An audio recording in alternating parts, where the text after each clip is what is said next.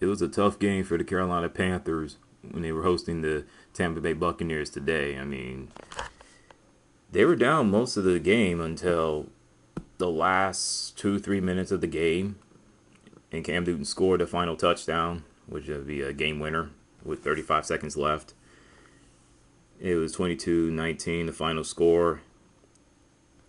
The Carolina Panthers won for a couple of reasons. First off, the special teams did their thing. Damian Bird with 103 kickoff return touchdown. I mean, that was huge. I mean, the offense for the Carolina Panthers did very, very little, and that's putting it politely. The defense for the all game long, they were out on the field. I mean, you gotta give them props. I mean, they allowed 6 red zone trips because of the Tampa Bay Buccaneers offense, and they only allowed 1 touchdown. I mean, you hold them to 19 points, and without Thomas Davis, that's impressive, most impressive. And yeah, I mean, I'm looking at the stats right now off my phone. I mean, Carolina only turned the ball over once, and they won the time possession barely. So, but they got to get it going on offense. I mean, they can't look like that going into the playoffs. Because if they have this type of performance in the playoffs, like we saw today,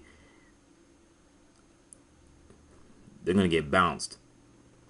They will. Trust me, they will. So, and the penalties, it can go either way, but you know what? Instead of either way, I'm just going to say it's a little bit more biased against Carolina for some strange reason. I don't know what's wrong with the refs. I mean, with James Bradbury, pass interference or holding or whatever it was, I did not see it at all. I mean, he was penalized 3 times, but the third one just didn't make any sense at all. That was just ticky-tack.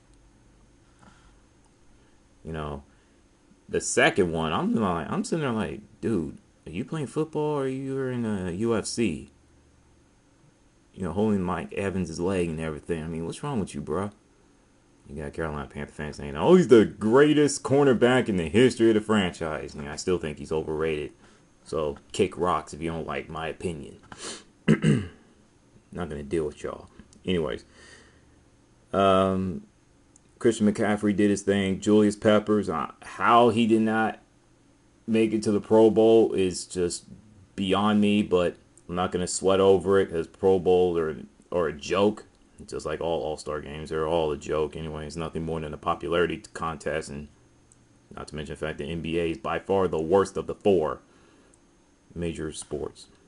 So, Tampa Bay Buccaneers, they played tough, man. I got to give them credit. Jameis Winston, a.k.a. Crab Legs, boy, I think you've been eating spicy crabs, man. I mean, he was getting after the officials after that fumble recovery, which he lost it 3 times, which led to 3 turnovers. So, he said he had the ball. The ref said otherwise. That's when he lost his cool. And I have a feeling he's going to be fined, not suspended. So, my Panthers swept the Buccaneers. That's all that counts. And this team will see each other again next season, 2018. Moving on to the Atlanta Falcons, and that's a house of horrors. And we'll see what the Carolina Panthers can do down in the Mercedes-Benz Stadium, whatever you want to call it, for the new home for the Atlanta Falcons. Hopefully they don't allow Julio Jones to go Madden beast mode, allowing 300 receiving yards like they did a year ago in that Georgia Dome, which is that final season in that stadium. So, will they win? I don't know. I don't have a clue. So with that, throwing y'all a salute. What's your thoughts on today's games and next week's games? I'm out.